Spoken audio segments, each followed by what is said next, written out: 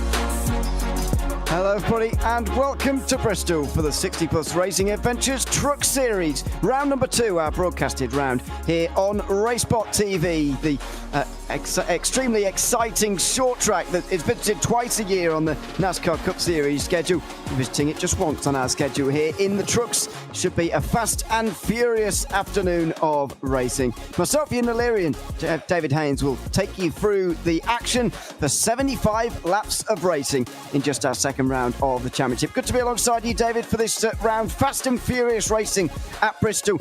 With cautions turned on, it's always a case of how many are we going to get.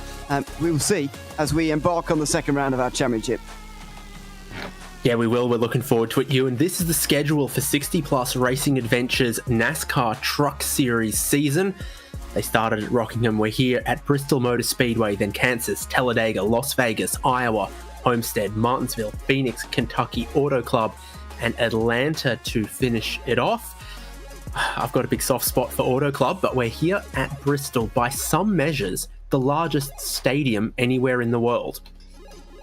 It is a pretty impressive place to go racing, that's for sure. Mike Grandy took the opening round of the season last week at an equally impressive place to go racing, I would say, at Rockingham.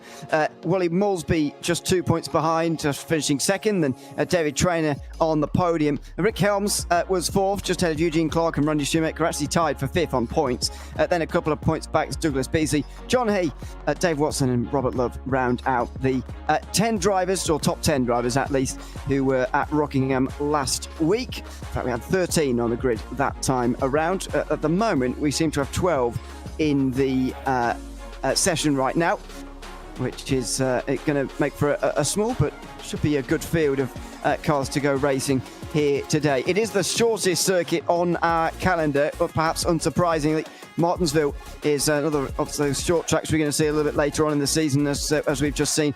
Iowa pretty short as well, though that comes at the end of April in 4 weeks' time. So still a long way to go until we get to that stage of the season. But it's such a unique circuit, as I mentioned, such a great place to come and watch racing. And a circuit I'd imagine that these drivers do have a lot of experience on, but that doesn't often count for all that much at Bristol, even if you're experienced or if you're not. It's a very difficult short track. Yeah, the last great Coliseum, as they say, capacity of 146,000. And it's not just racing that's taken place here. They've also put football in the middle of it, and 146,000 people can watch that. Nice sort of stadium-style jumbotron, and it is a super exciting place to go racing. Look at the amount of banking you've got. Sometimes the shorter tracks tend to be a little bit flatter, but this one, you are going to see perhaps an evolution of the possible racing lines.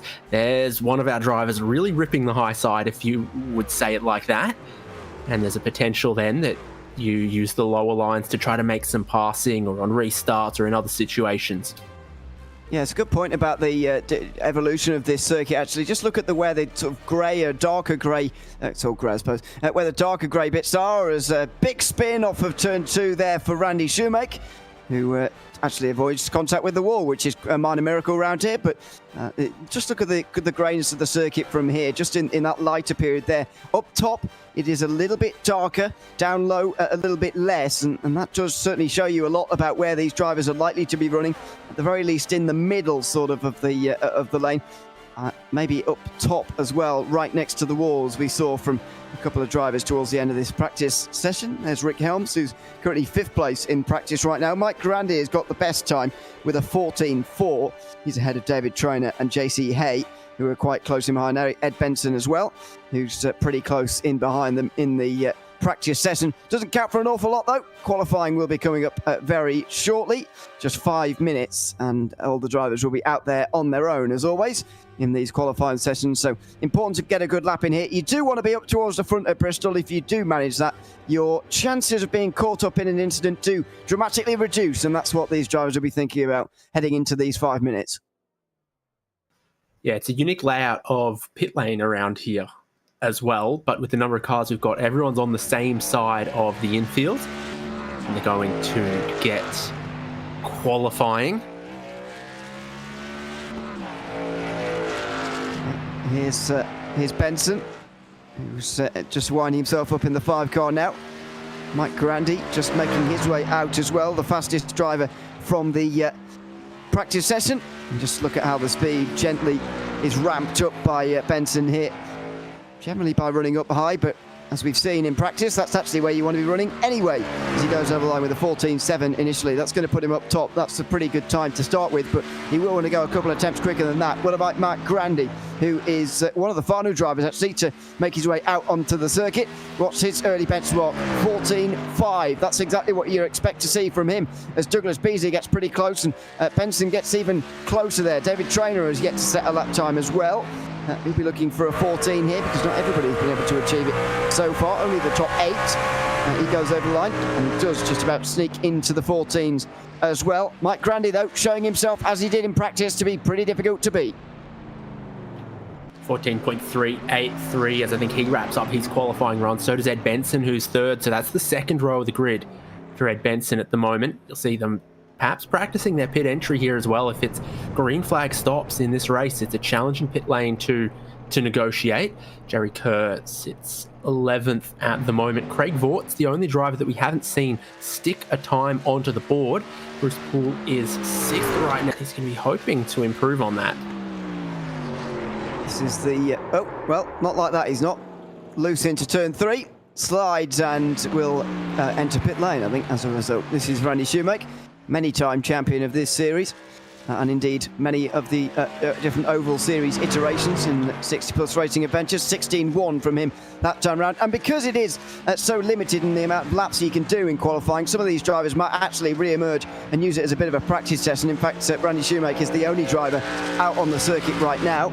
See if his, yeah, there you go, 15.6. So he's actually doing a bit of a long run by the looks of things here. And over the course of 5 minutes, you'd be surprised by the amount of laps you can clip off at this circuit. Effectively 4 laps per minute around Bristol, which is, I mean, I can't think of a circuit anywhere else in the world, certainly in the non-dirt side of things, where you can clip off so many laps in such a short period of time.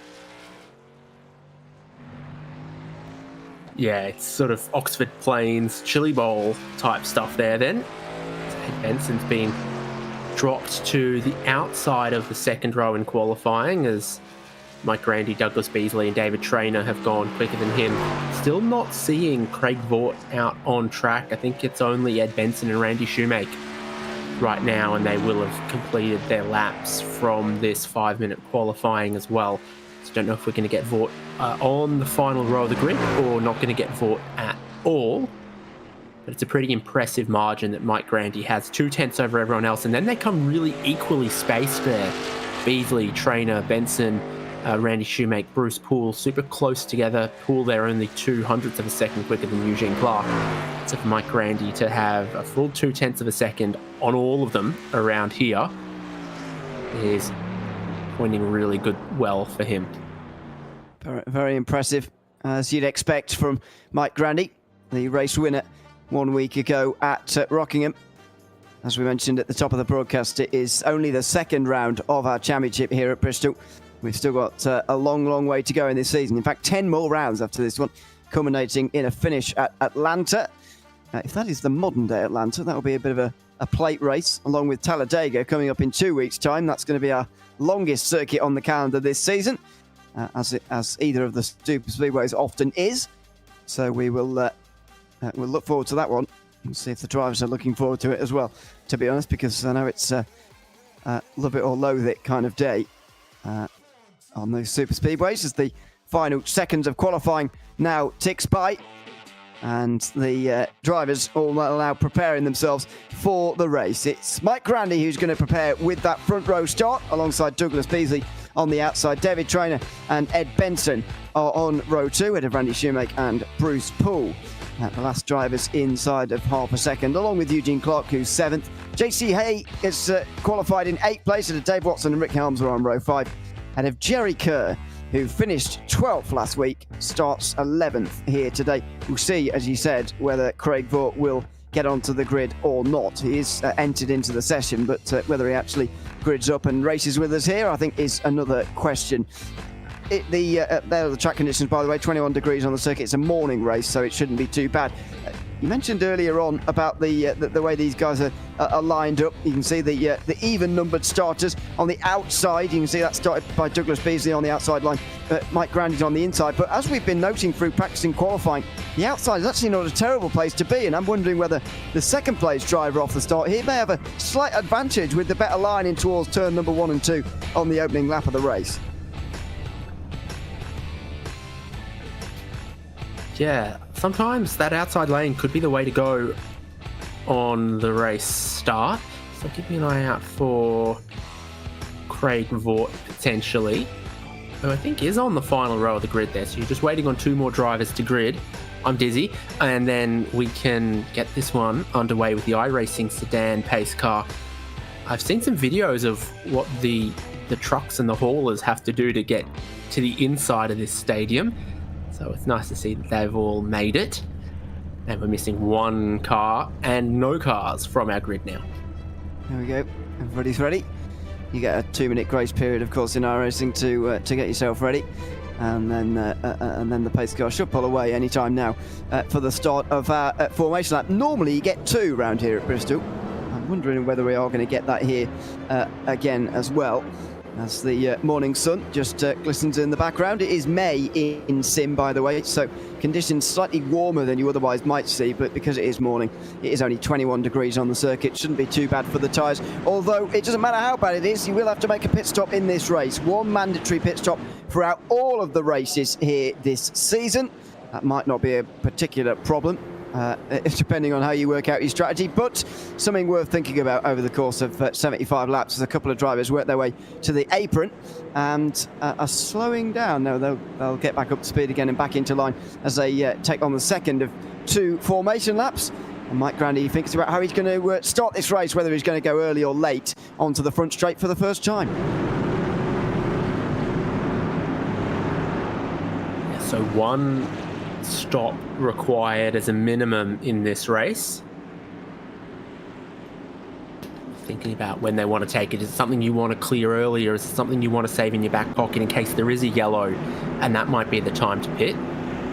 things to think about strategically for the drivers, as well as just how do I maintain my speed through the significantly banked corners of this speedway.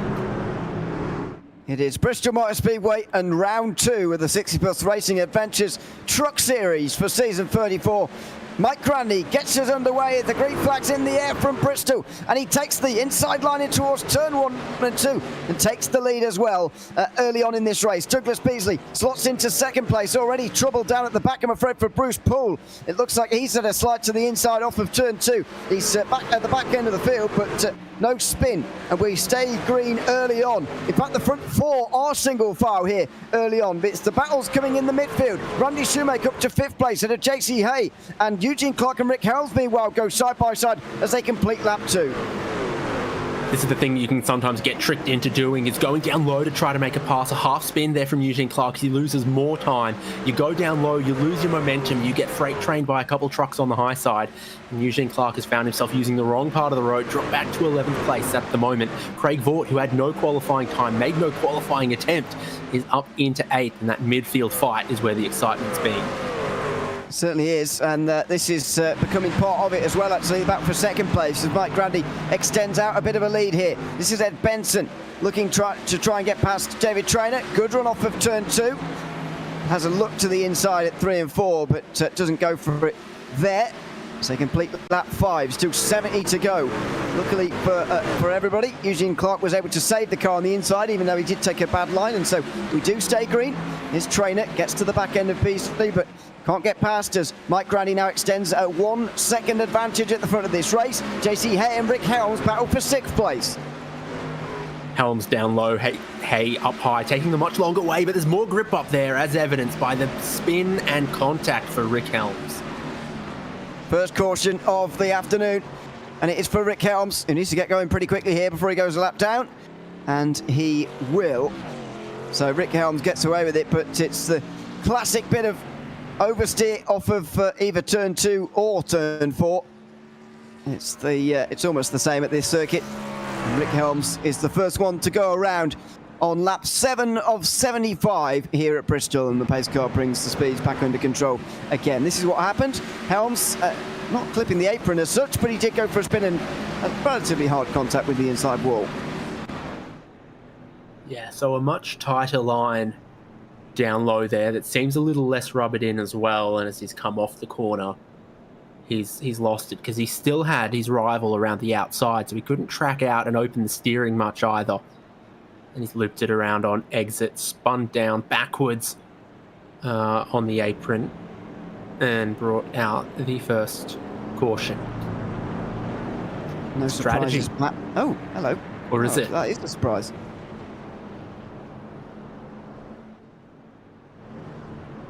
Now then, you mentioned earlier, do they want to take their pit stop early and get it out of the way, or do they want to leave it late and take advantage of it? Well, it seems that Douglas Beasley and Randy Shoemake want to get it out the way early on, with still way over 60 laps to go. So the pit count is going to increment here. Do we know if there's a tyre set limitation, or if this is just a matter of throw some new tyres at it as commonly as possible? I'm not aware of a limitation.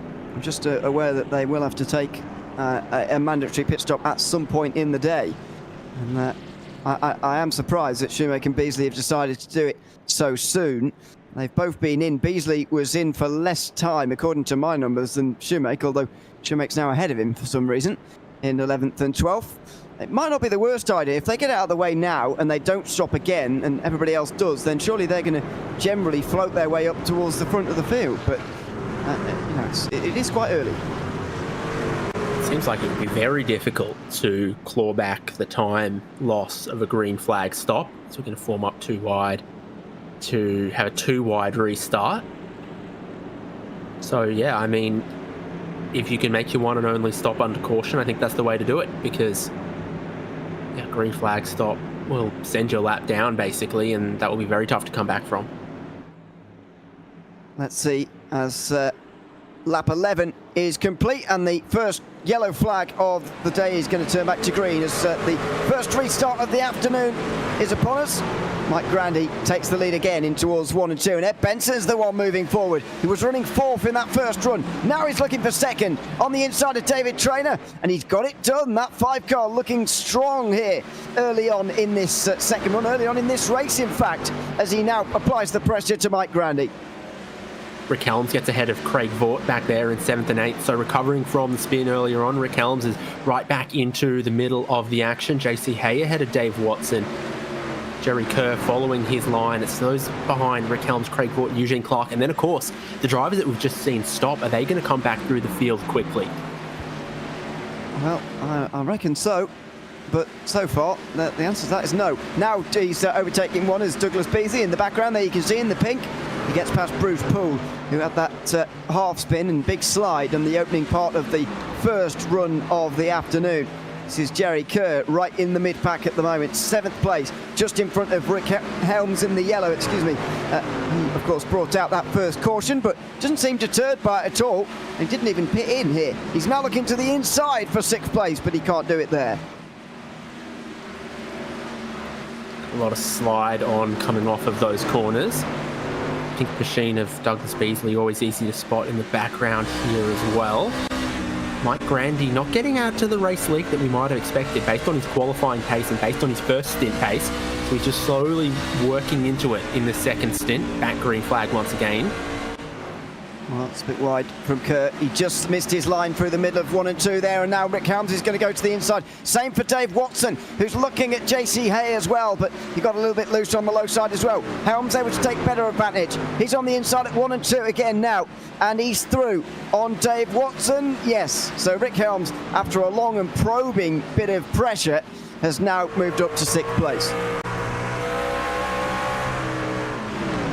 Rough and a scrape or two, and they get away with it. To JC Hay in the 4th at the moment. Seeing the top 3 skate away a little bit. Well, there goes Helms again on the inside of Dave Watson. Oh, and they were close to contact there. Helms on the inside in the yellow, with Watson on the outside in the green and orange. And out in the very wide goes Jerry Kerr. Not sure whether he was just distracted by Douglas Beasley, who was probing, but he certainly made an error.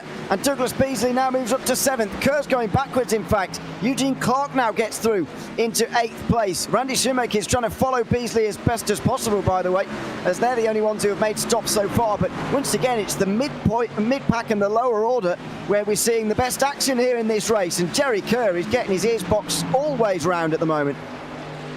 And Craig Vaught also dropped from 8th to 12th very quickly, so he's now the last car running, but just on the tail of this group. Seeing Jerry Kerr and Bruce Poole fight it out.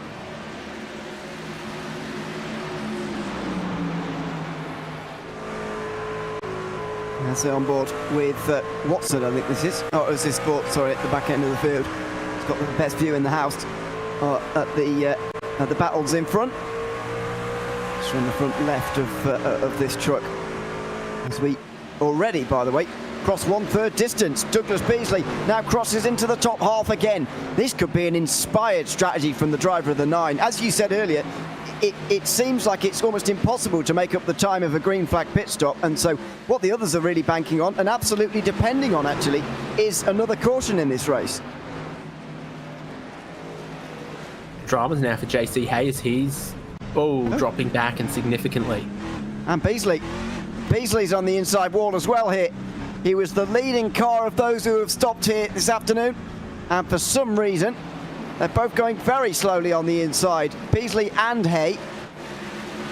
Now, I can't really explain to you what's going on there, to be honest with you. They're both in pit lane though, and they will drop many laps down. Shoemaker versus Clark through 3 and 4, and now Dave Watson goes to the inside. That looks like an actual scheduled pit stop. Don't really know what Beasley and Hay were doing.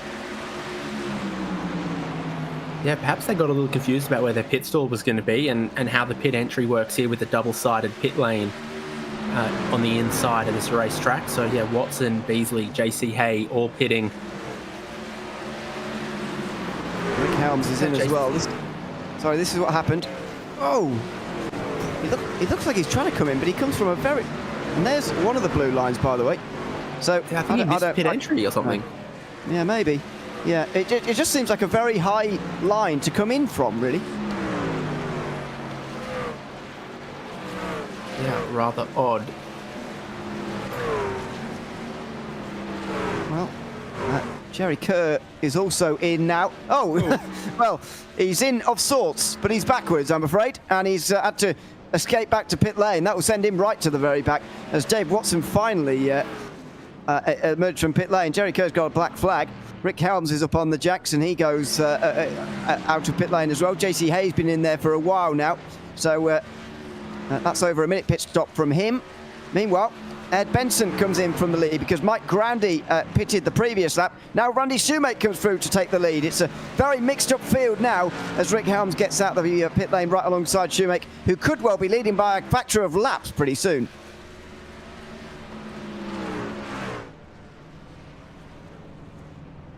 All right, that is the jacks moving on a few of these, but a few of them I'm not seeing what I might expect to see from a scheduled pit stop. Here comes Shoemake, past Grandy again, so Grandy's going to go 2 down in this race. Rick Helms is 3 down, but he's right behind, as you can see. He's in the yellow, just in behind Randy Shoemake. Douglas Beasley is 4 down, despite the fact he'd made a pit stop under that previous caution anyway, or the only caution so far. This is Jerry Kerr. I think he is trying to come into pit lane as well. Oh, and he clips the wall and clips Rick Helms as well. And that sends him backwards into pit lane.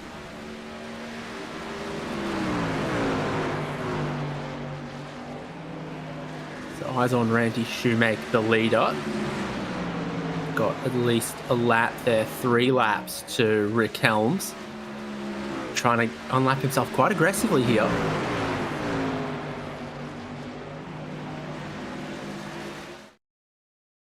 So here's, by the way, the entry again from Jerry Kerr, who just slid a little bit. You can see the rear end just a bit too wide and clips there the pit entry wall, and also clips Rick Helms as well, who didn't seem too phased.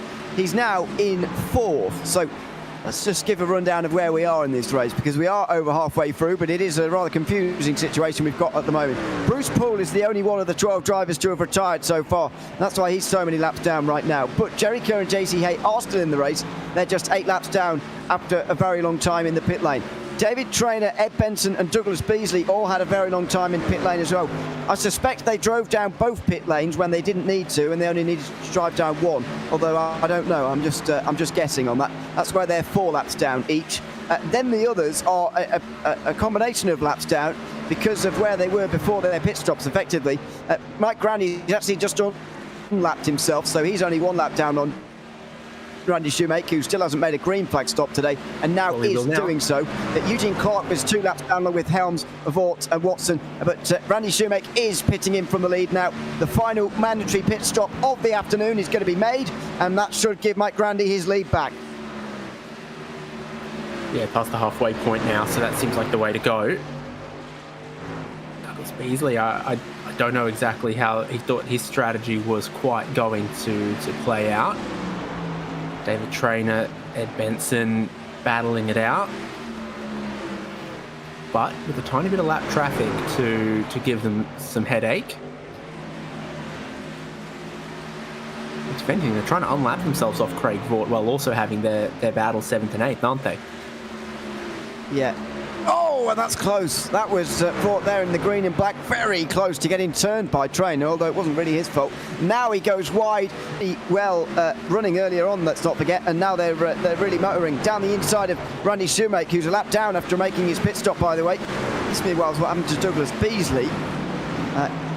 In the pit stop phase, he hit JC Hay, I think, when he was trying to come into pit lane. Or whoever it was, and then was in the inside wall. Then he decided to come in from this point, but he had quite a lot of damage. That's because JC Hay came in from such a high line here, as we spoke about before. Yeah. It does seem ill-advised to run the high line and then, as you're getting past, elect that you want to pit. More positions swapping rather unexpectedly.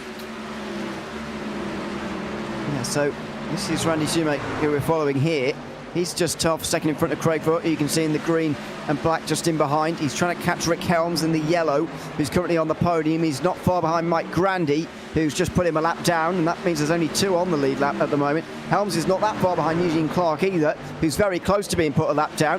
And Grandy is now at the front of this group. This is Ed Benson, meanwhile, trying to get past David Traynor. They're 2 laps down, trying to unlap themselves from all these guys. There he goes on the inside of Rick Helms here. Traynor and Benson are 2 of the fastest drivers in the field, but they had very slow stops, and that's why they're so far behind all the others. And they are trying to unlap themselves here on the inside line. Also involved in here is Mike Grandy in the blue, you can just see in front, trying to identify who's directly in front of Traynor here in the field. Hey again. Yeah, it is. Helms, there is the battle for 3rd place. Well, you've got to imagine that everyone who stopped within the last 15 or so laps is probably getting... The driver that's on the longest stint right now, I think it's actually Douglas Beasley and Dave Watson. So they might need to think about their tyres, think that if this runs green the whole way, is their fuel going to make it? Oh, that was Grandy going quite wide there.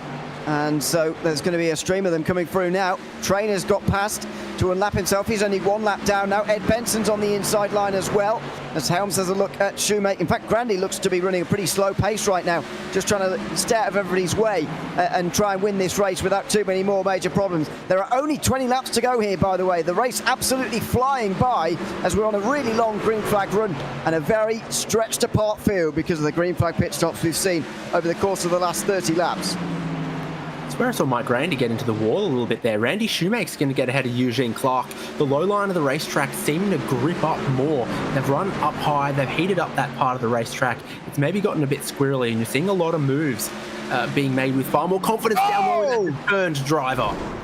Eugene Clark and a big wreck on the back straight. Big contact. Eugene Clark, one of them involved. So was Craig Vogt. They're both actually sewing in pit lane because they've... and they've hit each other again. Oh, dear. Craig Vogt driving straight into Eugene Clark there. They're both a lap down now, but Clark has blown his engine by the looks of it. That is a disaster for those 2. The biggest wreck we've seen this afternoon on the back straight, going towards turn 3 here at Bristol. We're going to have a late race restart, and Mike Grandy's going to have the pressure put right on him after this incident.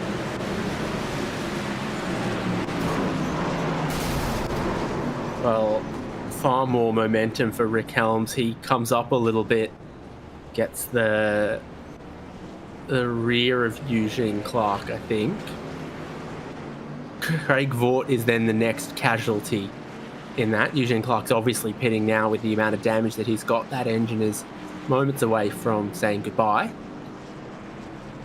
Oh, and Grandy's in from the lead. So tyres clearly being wanted by the race leader.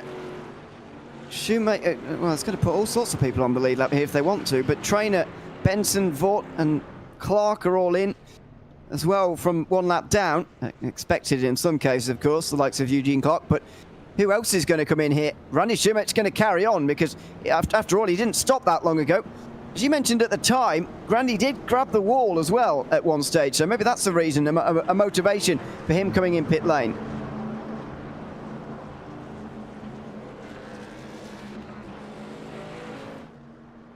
Yeah, so then almost everyone's thinking tyres for a late restart, and fair enough.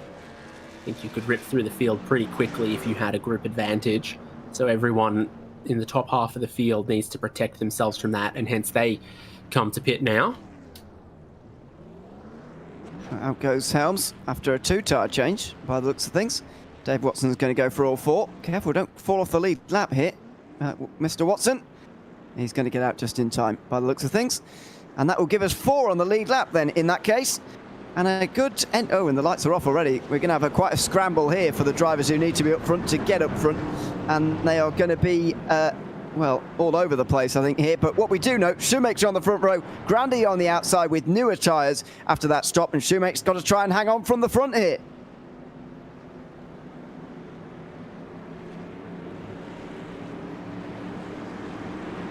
So then, is there not going to be another wave around or some such? JC Hay will restart then on the second row on the inside by the looks of things. And It's bizarre. Oh, well, here we go. We're trying to sort it out now, but Helms is a bit late, really. And so is Dave Watson, who's tearing through at the moment, trying to come through, but he's not going to be able to. The top three, at least, will start from the front here in a 14-lap run to the finish. And already on the outside line, Mike Grandy's going to take the lead, as expected, really, on those new tyres. Who else can make use of these new tyres? Jerry Kerr's on the outside line, looking good right now in the 199 truck. He moves up to third on the road, although he's still 10th because he's so many laps down in the race right now. Rick Helms did get up to the third place to assume his proper starting position, but I'm afraid it hasn't made too much difference. He is at least ahead of Dave Watson with 12 to go here at Bristol.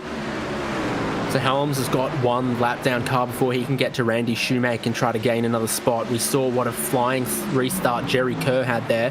That's who Rick Helms is trying to fend off. Looks like Kerr gets out a little bit wide, and so Helms now assumes his proper position in third, in behind Randy Shoemaker and Mike Grandy. Triumphantly back to the lead of this one. The outside line on the restart certainly looks good. The longer they run green, though, the more I think you want to get down low, it seems. Yeah, certainly to make these overtakes. Oh, that was close. Beasley very nearly into the side of Ed Benson there, as Eugene Clark is going to be fancying his chances pretty shortly as well. That's the outside wall there. I think that's Craig Butt in the green and black. There's Eugene Clark. He's got a bit of work to do before he can get to the back of Beasley and actually take advantage of the 9 car just being knocked back for a moment. Benson moves forward, although that's only a lap car again. So he's still 2 laps down here, Ed Benson, and that means he's going to struggle to get past anyone else in this race, since he's a lap behind, or only just got a lap ahead, I should say, of Craig Butt, who's in the background there. There's a lot of work for him to do before he gets there. Bizarre how Trainer now is a lap ahead of Benson, considering they were running side by side and nose to tail for most of this race. But anyway, there's Rick Helms, who is currently in third place in the race, looking to try and gain those couple of seconds to Mike Grandy, but maybe more achievably try and get past Randy Shoemaker in the last 6 laps of this race.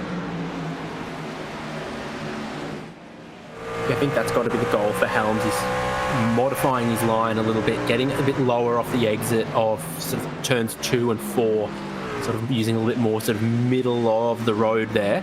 But the laps will run out very, very quickly. They will. It's one of the closest battles on the circuit, though. Eugene Clark and Douglas Beasley are one of the other closest there, a little bit further back, though, in the field. Lots of the other side-by-sides you can see going on are not for position. There are a staggering amount of cars on different laps at the moment. In fact, this most amount of cars on the same lap is 4 out of the 12, which is not very many when you consider it like that. Rick Helms under a lot of pressure from David Trainer here. He's trying to stay ahead of Craig Butt, really, but that shouldn't be too much of a problem with just 3 to go. They are ticking by very quickly. Helms gets a little bit of the outside wall there, just exiting turn 4. Doesn't do him too much damage. He's looking at his mirrors, just carefully trying to make sure he doesn't get in someone else's battle. There he is going lower again, trying to open up the throttle. Getting closer to Shoemaker. Yeah, he is. I just wonder whether it's going to be a bit... all over Clark. Yeah, that's going a little bit further down in the field for 8th place, but the white flag will be readied here in a few moments' time, and it is indeed waving. 1 lap to go here for Mike Grandy, who won 1 week ago at Rockingham. Here today, he's come under fire at stages in the race, but he's going to win out. Checkered flag at Bristol goes to Mike Grandy, who wins the 2nd round of the season. 2 in 2 for Mike Grandy in the 60 Plus Racing Adventures Truck Series. In the end, overcame a fair amount of trials and tribulations throughout the day to take the victory there, and 2.5 seconds is a comfortable winning margin on paper, but when you take everything into account from this race, Mike Grandy at stages came under a lot of pressure this afternoon and eventually was able to take the win here at Bristol. Come on, guys, you're supposed to take pit in and leave Mike Grandy to do his burnouts on the start-finish line. Oh! Needs all the space he can get. He does. Yeah, very much Will Davidson's that into the wall as he did his donuts at the end of the day. But well deserved they are. as he's won by 2.5 seconds in round 2 of the Truck Series ahead of Randy Shoemake. Rick Helms and Dave Watson were the only other drivers on the lead lap, with David Traynor pretty easily seeing off Craig Butt in that final run to finish 5th, both of those two 1 lap down. Ed Benson won the battle of those 2 laps down. Eugene Clark just about holding off Douglas Beasley, who was running in some very good positions throughout that race periodically. Jerry Kerr lost a lot of time through the pit stop phase and finished 6th down, just ahead of JC Hay, who was 7 down. Bruce Poole retired from the race after just before half distance in that race. Let's have a chat to Mike Grandy then, shall we? The race winner here from the Truck Series this afternoon. Congratulations, Mike, on a great victory. 2.5 seconds to take your second win in 2 races this season. It was a very confusing and sort of turbulent race in so many ways. Tell us, though, about the final run when you put those new tyres on and you were able to take the lead and eventually the win as well. Well, I can tell you it was pretty confusing for me too. I didn't know what to do the first stop, the second stop, or the third stop. But fortunately I went with 4 tires, and I started outside of Randy. Randy's tires were a little bit older. He's a great racer, and he's definitely a tough competitor. But 4 tires will beat 2 tires every time here. It was possibly, I don't want to speak for you, but was it an advantage of starting on the outside line as well? We certainly saw it at times tonight, the high line being the better one to take at Bristol. Yeah, I think it allowed me to get on the throttle a little bit harder than I would if I was on the bottom. The bottom was a little slick, and you had to be really careful when you were driving on the bottom. Congratulations, Mike, on the race win here this afternoon. It's been a pleasure to watch you once again doing your thing. We'll hopefully see you in another broadcast soon, but for now, congratulations on the win at Bristol. Thanks a bunch. Thank you guys for the broadcast, and anybody that's watching. Thanks very much. That's Mike Grandy in the victory lane tonight for the second round of the Truck Series, just ahead of Randy Shoemake, who also joins us as well. Randy, congratulations on second place. Unfortunately, on the wrong side of that final restart. Just tell us about those final 13 laps or whatever it was, that final run to the end. Thank you, Evan. You've already figured it out. The outside line, 4 tires, was better than 2 inside.